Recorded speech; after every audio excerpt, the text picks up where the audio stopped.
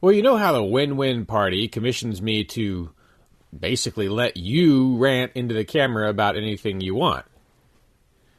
Well, it also turns out that I can let you rant into your email address.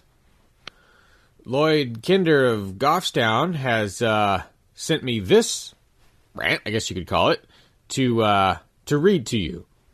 And he sent it to me by email. The subject is, quote, "Help Christians Help the Free State Project." So Lloyd says, quote, "I feel that small majority rule, 15% or more, needs to be replaced with large majority rule, like 80% or more, or even unanimous rule, in order to reduce the divisiveness in society and make it harder for special interests to manipulate the government. And I feel that promoting Christian unity can greatly assist the Free State Project, because, 1, the Bible supports unanimous rule, not majority rule, and 2, the U.S. was founded by Christians who initially used unanimous rule under the Articles of Confederation. 3, Christians are numerous and can have great influence on the government." Here are some quotes from an article called "God's Method of Church Government" at bilib.webs.com. It's published in 1900. So, that 1900 article says, quote, "Experience has abundantly shown that the minority is frequently in the right and the majority is in the wrong.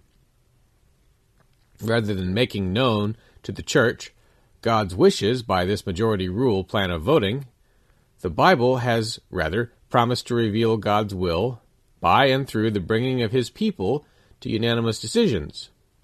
It seems clear that a method which is as likely to lead to a wrong decision as a right decision cannot be a divine method.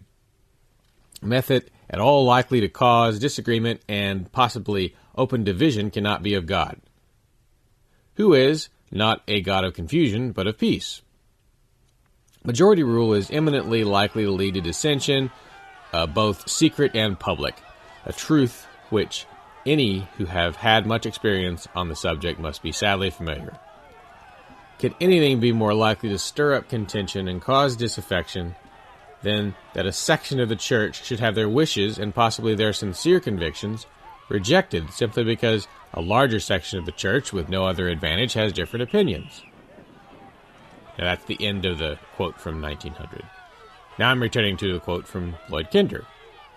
He says, quote, "The article shows that the Bible gives an example of how to reach unanimous decisions in Acts 15, involving the apostles and disciples.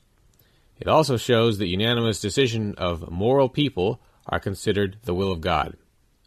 Please give this article or the link to it to any Christians you know and their friends and invite them to join the Win-Win Party's Christian Unity Project and the Free State Project."